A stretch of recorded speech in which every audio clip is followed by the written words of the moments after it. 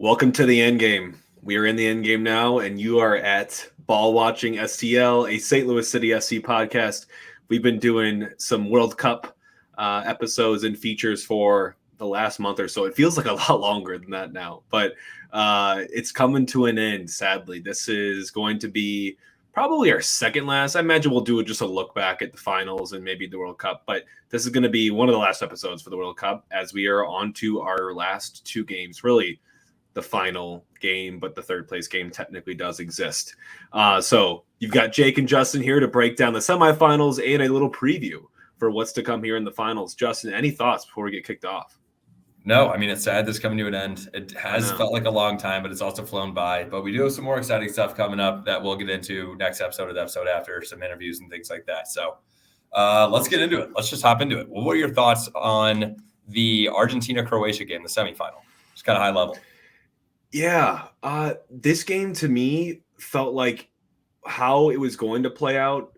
In my mind, that's not what happened. And I think that's a lot because Argentina grabbed that early goal. And that to me, I think that's about 20 minutes in. I'm looking at the notes now. 34 minutes in. So that was totally against the run of play when they scored. I felt like Croatia was kind of the more dominant force up until then. And then they get the penalty, and then they get that crazy bouncing around. It's on everyone's foot. It's off someone's knee, and it's in the back of the net goal. And then I just kind of knew right then and there. I just felt like kind of Croatia's magic had run out, and that was going to be a steep hill to climb against a solid defensive too Argentina side. And Messi just has the magic, man. I mean, he's doing everything for this team at the moment. That's what I thought. That's what, and now he's tied for Golden Boot for most goals in the World Cup with Kylian Mbappe, which we'll get into later, and like how that kind of plays out. Argentina, the fact that shocked me. So their XG expected goals was 3.09 versus Croatia's 0.53, which is expected. I was shocked to see Argentina only had 9 shots, but 7 of them were on goal, so they were quality chances. But 24% of Argentina's XG in this tournament have been PKs. Which is, I mean, Messi scored. He's scored 2 now, and he's been sitting on 2. So, I mean, overall, looking like you said, it was against the run play initially. I think Croatia's legs were giving out. Once you give up a PK like that, like a set piece ball like that, it's hard to come back, especially that early. So, tough for the Croatians.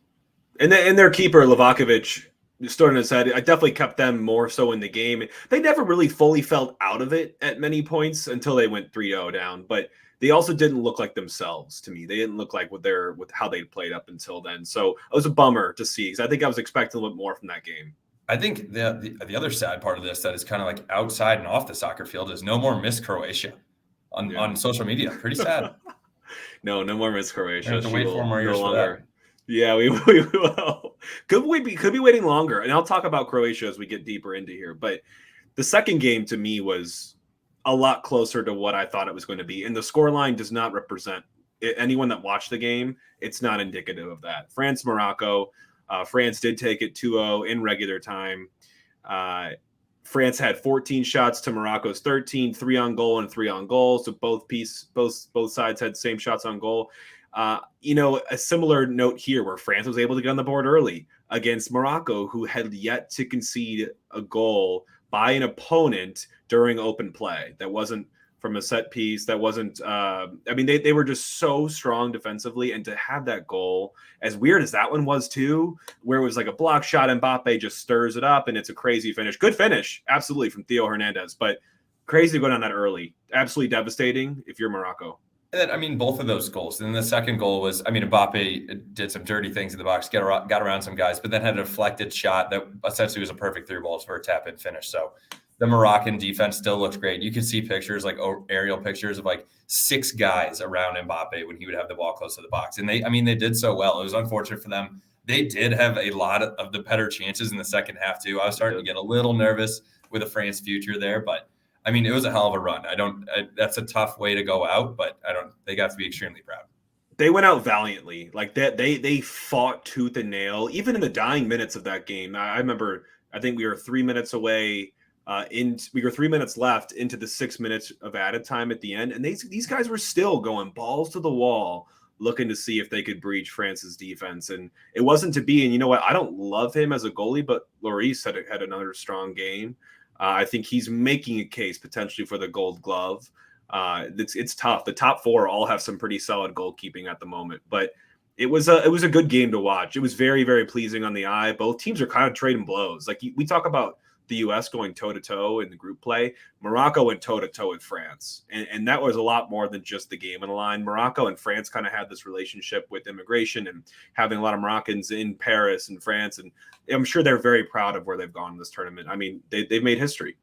Yeah, couldn't agree more. But I will say the two better of the teams advanced, and that makes it the more exciting final. I don't think anyone really wanted Croatia versus France or Morocco versus Argentina or Morocco versus Croatia. So this is by far the best outcome, in my opinion. It is. It's definitely the more showy of the four names, and people kind of got what they wanted in out of this game. You get to see at the highest of levels, you get to see last World Cup's final winner, the first place team in France that are defending their title against, Messi making his last run, looking to make his final stamp on the World Cup. Just to go quickly, the Messi thing. I mean, Messi, like I said last time, he's won everything under the sun. To win this, I think, and I don't really care too much for the GOAT debate, but I do really think that if he wins this, it'd be really hard to make a case that he is not the greatest player, at least of his generation, if not all time, if he gets the World Cup underneath the belt. I mean, that would just be what a cherry on top for him.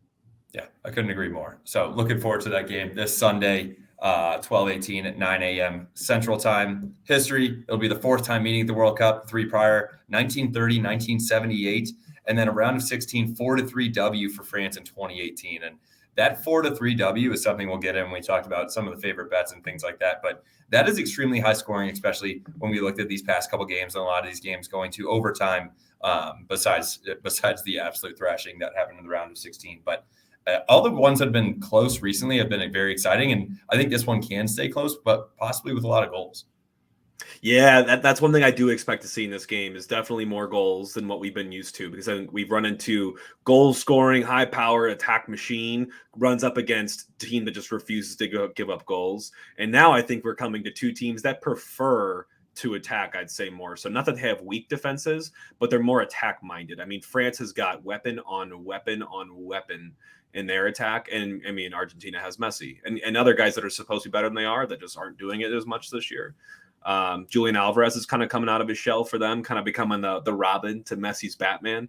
But it's going to be a great matchup. And all the odds have got these two teams neck and neck. It is probably I don't know, but probably the tightest odds that I've seen so far in the World Cup. I think it definitely is. I mean, then regulation odds, it's Argentina and France are both plus 180 with a tie of plus 205.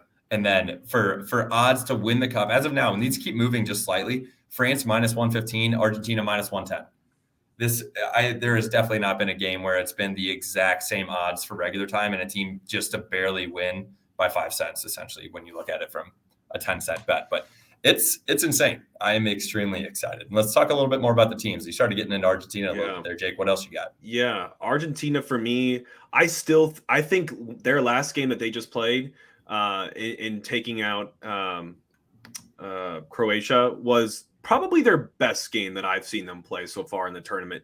I mean, think about their sampling. Their first game they lost to Saudi Arabia, obviously a head scratcher. No one knew what was going on there. Like, what's Argentina going through? And I think they've kind of found a little bit of pace and momentum as they've gone through the tournament. And this game, getting on the board early against a solid side in Croatia, an experienced side, that was huge for them. I think they're kind of catching that mentality that they could potentially do this. Messi has been game after game their best player on the field. He is their creator, their finisher, their leader.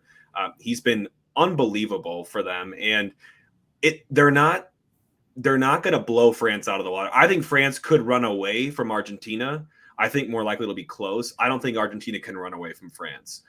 So I'm hoping that it's a little bit tighter to stay throughout maybe the first half or so and keep it there. So there is a game to be had here. But Argentina doesn't blow me away. They really, really still do rely on Messi a lot for the roster that they do have. It's just they haven't been able to put it together. I mean, like I said, Julian Alvarez has been stepping up. No one expected him to be in the starting 11, much less contributing like he is. He's got 4 goals now.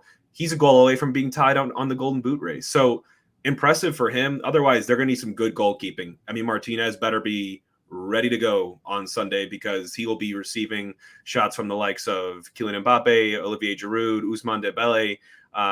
It's going to be a big game, and some guys have to step up. Messi can't do this on his own. He's been able to do some games on his own, not this one.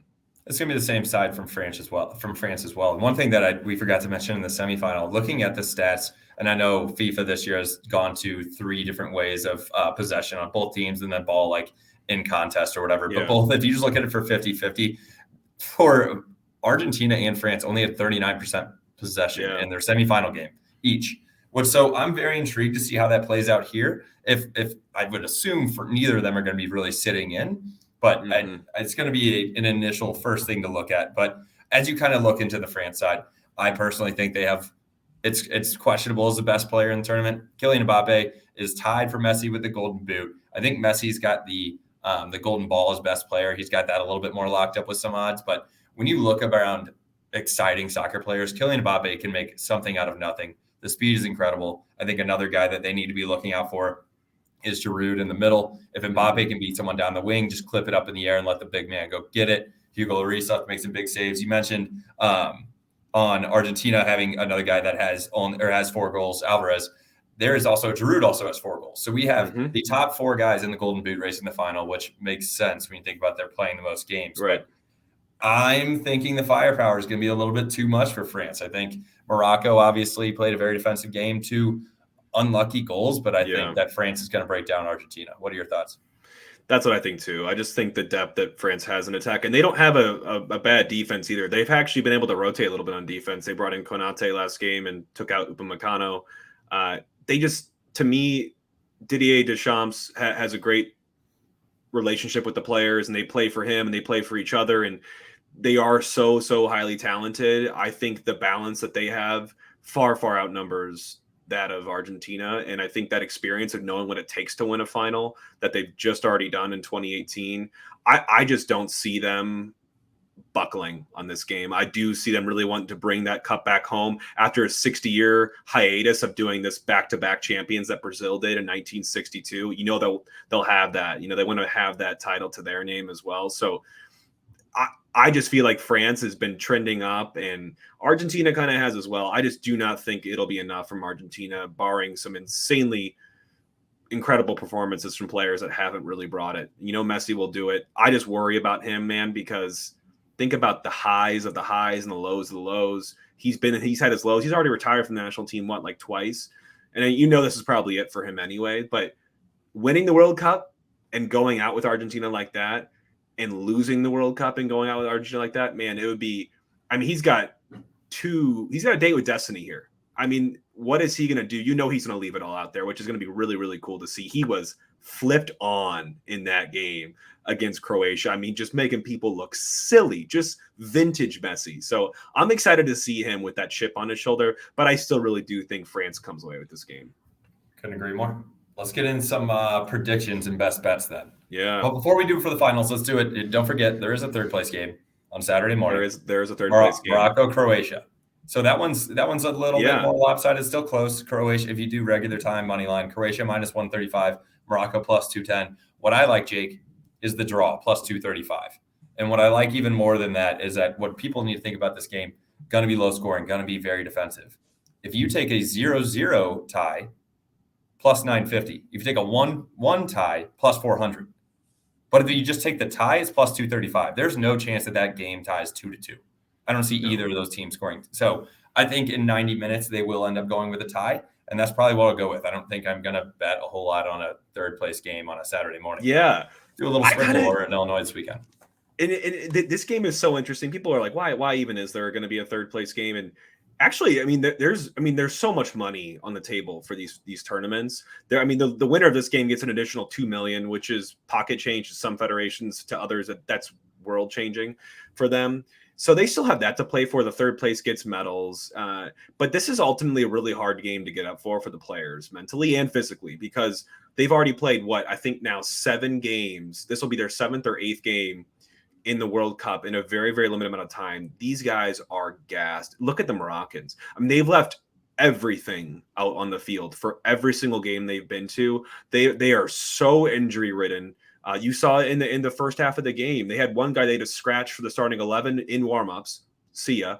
They had two guys that came out at basically one at the in between halves and one with a couple minutes left in the first half. See ya. There's three guys right there. They already had injury problems. Morocco, to me, this just feels like a chance that Croatia, on the other hand, is going to go out with all their veterans, have a nice display, honor everyone, and just beat them. And I really do think that Croatia are going to go into this game playing as best 11 as they can and looking to win this and go out on top. This is probably the end for a lot of these guys. Luka Modric already said he's done. So I think they're going to really play for him like Argentina's playing for Messi. I could see Croatia running away with this game, given all the injury concerns on the Morocco side. Because it's not going to be the Morocco that we know and love right now. It's not going to be that same team. Maybe the same mentality. That's what I'm going to say. They're deflated, but it's still the third place in the World Cup. They're the first African nation to make it this far anyways. They're going to keep going. They're not wanting to get this far and get the last place of the furthest ever. So I don't know. It'll be a good game. I think Croatia will take it probably as well. Let's go. I'm going to go Croatia in PKs. So they do PKs. I looked that up. They will go to extra time and PKs. It's just like any normal knockout game for this. But I couldn't find a 2 advance line on DraftKings because I kind of just wanted to take Croatia on that. I know there's no advancing anymore. Yes, to win. I just want, whatever that would be. So whatever. I just think Croatia is my favorite in this game because of all the stuff I talked about Morocco. We've already talked way too long about a third place game. So let's get into some best bets for the game that we're all going to be watching on Sunday morning at 9 a.m. Jake, what is your best bet? I already know what my specific one is. We can get into a couple of them, but what is your best bet? I've got France to advance, man. If you could tell me that France to win the game, not in regulation, just France to win the game. It's just because France, to me, if you would tell me that I could basically get almost even money on France to beat any team, I would take it. And I would put a lot of money on it because they are such a good team, man. They're missing, a good amount of players that are impactful for them. But with those players missing, they've always been able to backfill, find new, really talented players and step up. I just have no doubt in my mind in their capability to win this game, especially knowing they've already done this in the past, literally 4 years ago.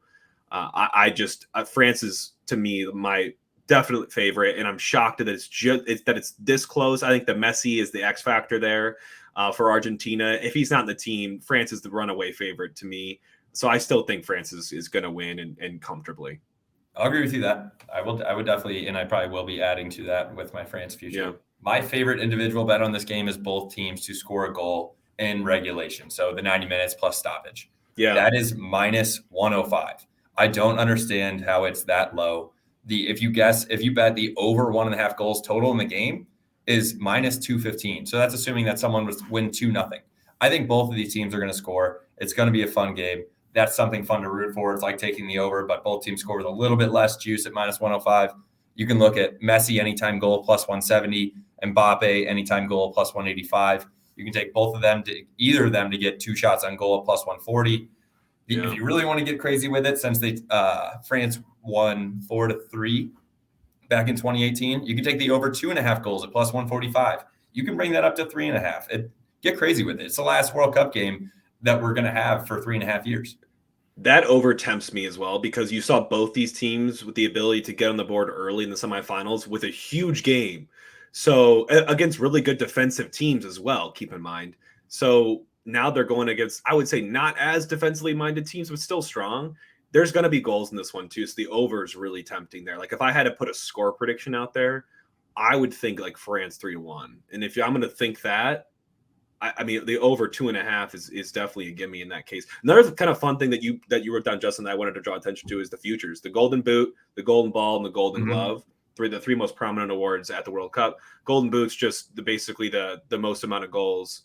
Golden Boot is the best player at the time, right? No. Golden Ball is best player. Golden Boot? Golden Ball is best player. Golden Boot, most goals. So right now, it's Messi minus 120, Mbappe minus 110. And then I'm like, wait, why? So there are tiebreakers because right now they're both at 5. So say they both score 1.